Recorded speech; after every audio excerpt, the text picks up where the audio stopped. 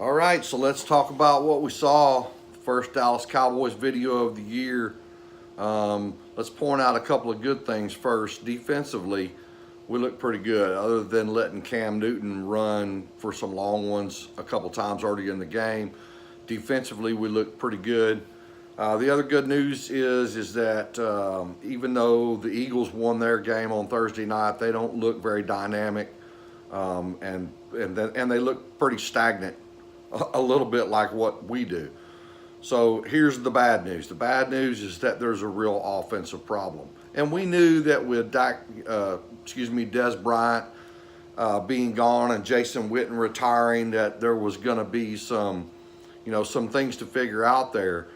But what we have is really a kind of a threefold problem. We have a serious play calling issue. There's a coaching problem going on. Whether the Dallas Cowboys or some of the other fans care to acknowledge that, I really believe that there's a coaching philosophy problem on offense. We're extremely predictable. I've been watching football a really long time, so I kind of know what I'm looking at defensively and offensively when a team lines up. And if I know what the Cowboys are going to do when they line up, you can bet that the Carolina Panthers and other teams do too. Secondly, our star quarterback, he's got some throwing issues. He was never touted as the Troy Aikman kind of accurate style quarterback. He's a scrambler.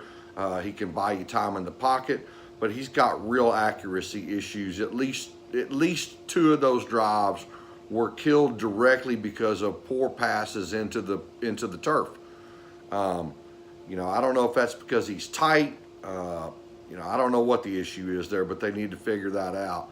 And then thirdly, yeah, we've got problems with guys not being able to get open, and all those things can combine with each other. If the play call and the route running being called as a result of the play being called is not very good routes for what the defense is doing, then you're going to struggle. But one thing that I did not see is that we've got a guy that we drafted, and we brought in a guy who's a real speed guy, and I saw tons of route running that dealt more with darting off towards the sideline, slants to the outside, slants to the inside, some of which worked with Cole Beasley, and curl routes, lots of curl routes. What I didn't see in all of that is I didn't see any stop and go routes or any deep routes beyond about 20 yards. If you beat a team a couple times on some throws like Thompson did on a couple of curl routes in a row, then what you want to do is you want to play the defense against themselves.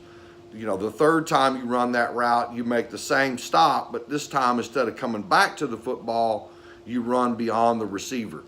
When you have a speed guy like what we have that we brought in, you got to do that a couple times. Even if it doesn't work, at least now you've made the defense think, hey, these guys might go deep and they can't just come up and cover 15 yards of field. So, no need to panic. It's game number one. Maybe they'll make some adjustments. There's going to be some games where we run the ball. Notice I didn't talk about Ezekiel Elliott a ton. Carolina has a great run defense. They have a great defense all the way around, and so there's no need to panic. But based on what I saw, we're going to struggle this year. We'll be lucky if we do anything better than 9 or 7.